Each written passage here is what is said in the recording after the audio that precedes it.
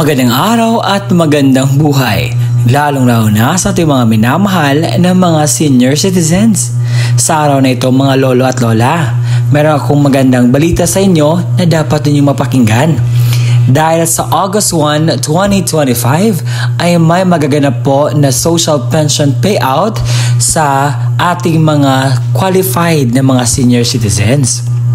Kaya naman, ang objectives ng video kong ito ay malalaman mo ang mga lugar kung saan may magaganap na pension payout sa social pension, anong oras po ba magaganap ang inyong payout at saan po ang payout venue. At kasali na rin na inyong malalaman ang kompletong requirements na dapat niyong i-comply at dagdag paalala para sa ating mga minamahal na mga senior citizens. Kaya naman, pakatutukan at kunin niyo po ang mga dapat niyong kunin ng mga balita nang sa gayon po ay meron kayong idea kung ano mangyayari. Attention sa lahat ng ating mga senior citizens. Social Pension Payout Schedule, August 1, 2025. Alamin natin ang buong detalye sa balitang ito. Kung ikaw ay bago pa lang sa aking YouTube channel, inaaya kita na tapusin mo ang video na ito hanggang sa dulo nang sa gayon makuha mo ang punto ng video kong ito. At kung gusto mo ang ganitong content na pinag-uusapan palagi ang payout ng ating mga senior citizens, ang update para sa ating mga senior citizens at mga ganap para sa ating mga senior citizens, ay subscribe mo na ang aking YouTube channel. At kung nais mo na maging updated ka sa mga videos na i-upload ko pa dito sa aking YouTube channel, ay i-bell notification mo na. At sa puntong ito, atin nang kunin ang magandang balita na mangyayari sa August 1, 2025. Sa lugar po ng Paglat, mayroon po magaganap po na payout sa August 1, 2025. Ang payout po ay magaganap sa Paglat Municipal Gymnasium. Sa August 1, 2025, meron po magaganap na payout sa Buhangin sa alas 9 hanggang sa alas 3 ng hapon. Ito po ay sa Davao City, sa Buhangin. Ito po ay sa mga unclaimed or hindi mga nakuha ang pensyon. Ito po yung chance ninyo na kunin niyo po ang inyong pong payout na para po sa inyo. Sa munisipalidad ng Mantikao, sa probinsya ng Misamis Oriental, sa August 1, 2025, alauna ng hapon po ang inyong payout sa Poblasyon Covered Court. Magaganap po ang inyong pong inaasam na payout. Sa Sorsogon ay meron po magaganap na social pension payout sa August 1, 2025. Sa Barangay Salvacion, umaga po ang inyong payout na may 31 pensioners. Sa Panlayaan, meron po magaganap na payout sa morning na may 58 pensioners. Morning din ang payout sa Barangay San Isidro na may 88 pensioners. Morning din ang payout sa Barangay Buenavista na may 66 pensioners. Hapon po ang payout sa Barangay Rizal na may 105 pensioners. Hapon din ang payout sa Bukalan na may 65 pensioners. At hapon din ang payout sa Barangay Bulabog na may 100 pensioners. Ang inyong pong payout venue ay magaganap sa Bukalan CC. Sa Pangpang Gymnasium, ito yung mga barangay na magpa-payout. Umaga po ang payout sa Barangay Kapoy na may 86 pensioners. Umaga din ang payout sa Barangay Tikol na may 98 pensioners. Umaga din ang payout sa Barangay Basod na may 73 pensioners. Umaga din ang payout sa Barangay Barayong na may 48 pensioners. Hapon po ang payout sa Pangpang na may 100 pensioners. Hapon din ang Barangay Makabog na may 67 pensioners. At hapon din ang payout sa Barangay Ginlahon na may 83 pensioners. Umaga po ang payout sa Barangay Himaloto na may 47 pensioners. Umaga din ang payout sa Barangay Pamurayan na may 71 pensioners. Umaga din ang payout sa Barangay Piña Francia na may 77 pensioners. At umaga po ang payout sa Barangay Cambulaga na may 97 pensioners. Hapon naman ang payout sa Barangay Tugos na may 57 pensioners. Hapon din ang Barangay Payot na may 93 pensioners. Hapon ang payout sa Barangay Bintano na may 84 pensioners. At hapon din ang payout sa Barangay Talisay na may 76 pensioners. At ang payout venue ay magaganap po sa Talisay Covered Court. Sa Barangay Government of Salaman, sa Libak, Sultan Kudarat, meron po magaganap na payout.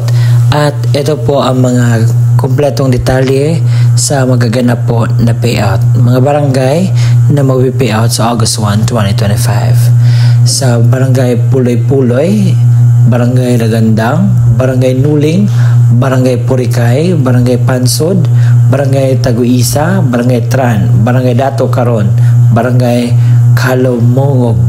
Ang payout venue ninyo ay magaganap po sa Barangay Gymnasium. Sa Paglat Municipal Gymnasium, ito yung mga barangay na magpi-payout. Barangay Upper Itdig, Barangay Salam, Barangay Tual, Barangay Kakal, Barangay Damalusay, Barangay Damakling, Barangay Campo. Sa Barangay Taraktak or sa Pataraza, Palawan, meron po magaganap na payout sa mga barangay na ito. Sabi dito, sa August 1, 2025, ang inyong pong payout ay magaganap sa MP DAO or MPDAO office alas 8 hanggang alas 5 ng hapon para po sa mga no-show mula sa nakaraang araw. Sa lahat po ng mga taga Pilipugnons, meron po magaganap na payout po sa inyo sa August 1, 2025 at 9:30 sa umaga po ang pupunta po kayo sa Pilipug Gymnasium po para po sa inyo pong payout. At yun po ang kumpletong detalye ng balita natin ngayong araw patungkol po sa magaganap na payout sa social pension for indigent senior citizens August 1, 2025. At sa mga nasasabing fake po ito, hindi po ito fake dahil po nire-research ko po ito before ako magsasalita. At ito po ay para po sa kayusan ng lahat ng mga solid po na tagapanood ko. And gusto mo ma-verify, pwede niyo pong puntahan ang inyong pinakamalapit na barangay at tanungin niyo kung kailan po ang inyong pong payout. Nang sa gayon ay meron kayo idea kung ano man yung dapat ninyong gawin. So ngayon ay pupunta naman tayo sa mga kumpletong requirements at i-flash ko dito. Isang malinaw na Xerox ID ng senior citizens na mayroong 3 orihinal na pirma o thumb mark sa katulad ng ID ng senior citizens. Paalala, pananatihing presentable ang mga dokumento. Ilagay sa plastic envelope nang iwasang magusot.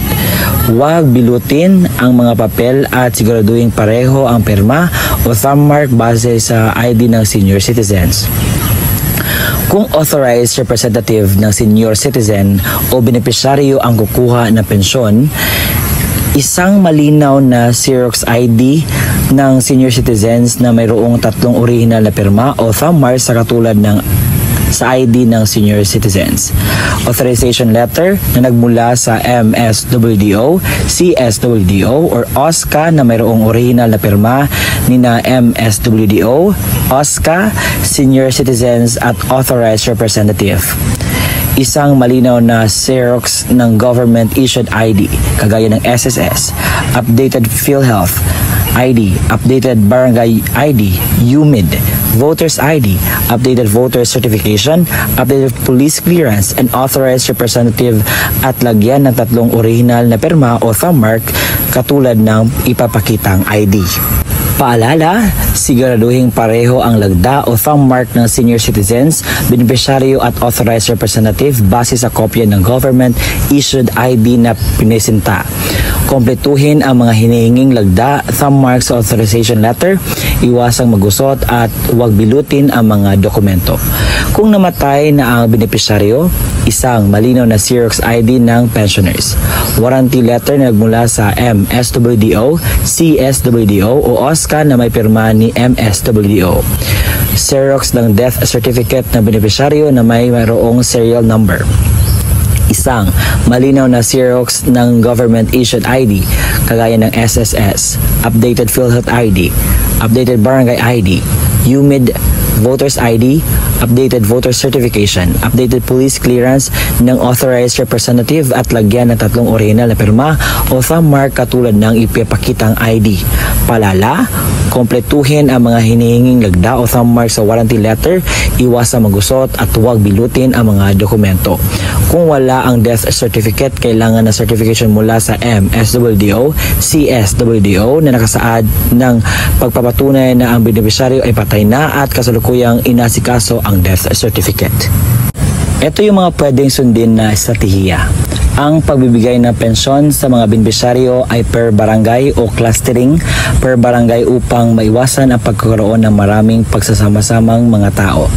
Gawing sunod-sunod ang pila hanay ng mga beneficiaryo base sa numero or payroll number na ibinigay upang maiwasan ang pagkakaroon ng pakiusapan, sangat at lalo higit ay mas mapadali ang daloy ng pagbibigay ng pensyon sa mga beneficiaryo.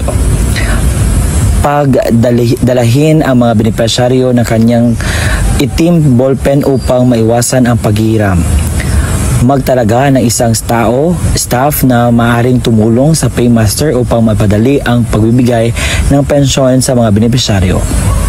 Lagyan ng numero ang Xerox copy ng ID upang mas mapadali ang paghahanap sa payroll.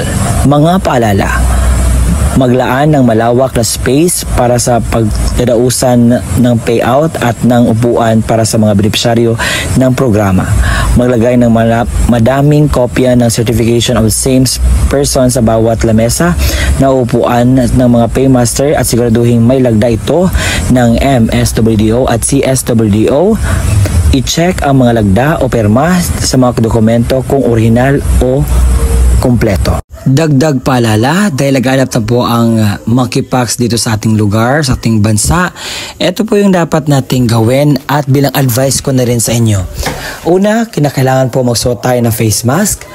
At pangalawa, kinakailangan pong mag-social distancing. Pangatlo, kinakailangan po magdala tayo ng sariling alcohol natin na sa gayon ay manatiling safety po. Dahil alam natin na ang mga senior citizens ay medyo kinakailangan ng pag-care at yun po yung mga suggestion ko. At sa pag-payout naman, kinakailangan na mahinahon po. Sumunod lamang po sa alituntunin ng payout na sa gayon ay wala po tayong problema, aberya o ano man pong pwede mangyari. At pumunta lang po kayo sa araw mismo ng inyo pong payout. Huwag po kayo mag-advance na pumunta doon. Dahil po, kung sino yung nakaschedule talaga, yun naman po ang makakuha ng kanilang payout. At kinakailangan kompleto din ang requirements sa pagpunta doon. At kung kinakailangan ninyo ng tawag dito kasama or assistant, so pwede niyo po magdala. At yun po ang vlog natin for today na sana'y nakuha na niyo po ng aral. Maraming salamat sa panonood. Bye bye and see you again next time. Muli, ako po si Ruel Mendoza Tanyo.